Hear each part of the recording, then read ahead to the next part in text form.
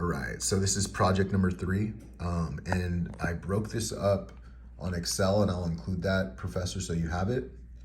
I have cost of debt calculation right here. I have cost of equity calculation right here. I have regression. I have all the historical stock data right here. Here's the beta calculations. And here's the sources I used. So I'll include all this.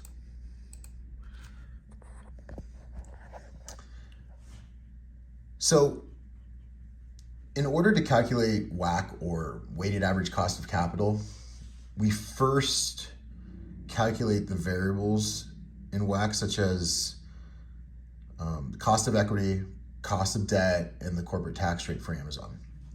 So Amazon's yearly effective tax rate can be found by dividing Amazon's tax expense by Amazon's earnings before taxes for each year. And both of these can be found, you can find them on Amazon's 10K annual report. Sorry about all the movement. To calculate the pre-tax cost of debt, which is going to be on page 2,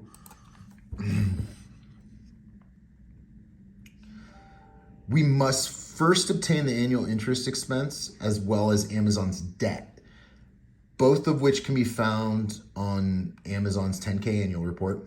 After obtaining these values, we simply divide the annual interest expense by total debt to receive the pre-tax cost of debt.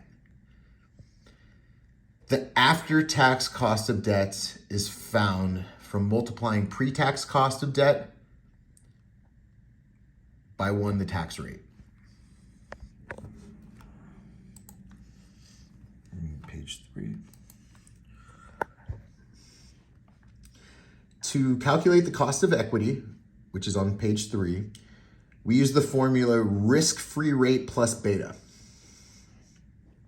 The risk-free rate can be obtained through historical data of treasury rates. To calculate beta, we obtained historical stock data, which is on page 5. Here's all the data that I obtained.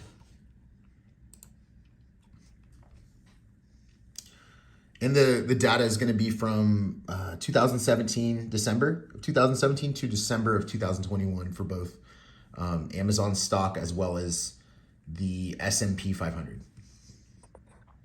So after combining this data,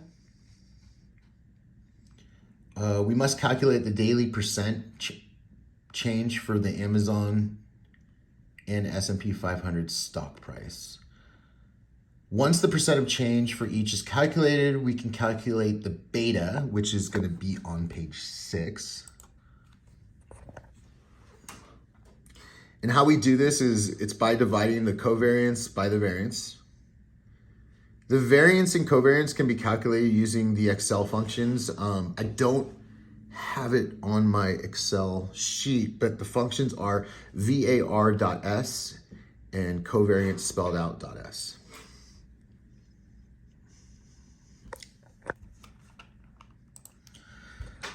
So ultimately, my findings were a lower WACC is better because it would mean that a company would have a better ability to pay off debts and ultimately finance assets.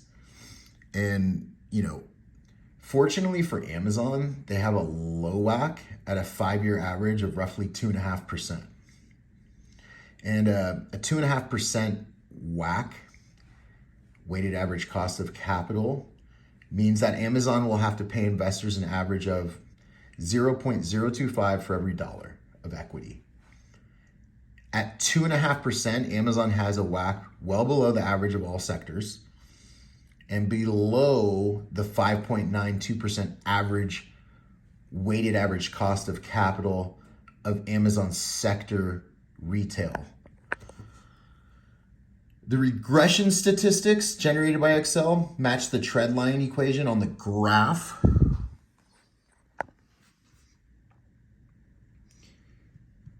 And this is on sheet 1. Specifically the R-square value, which has been highlighted right there.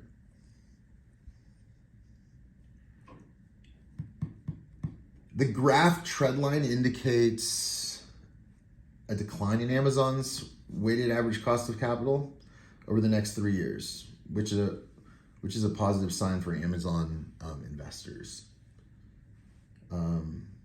The high p-value generated by the regression statistics indicates that the regression is not statistically significant.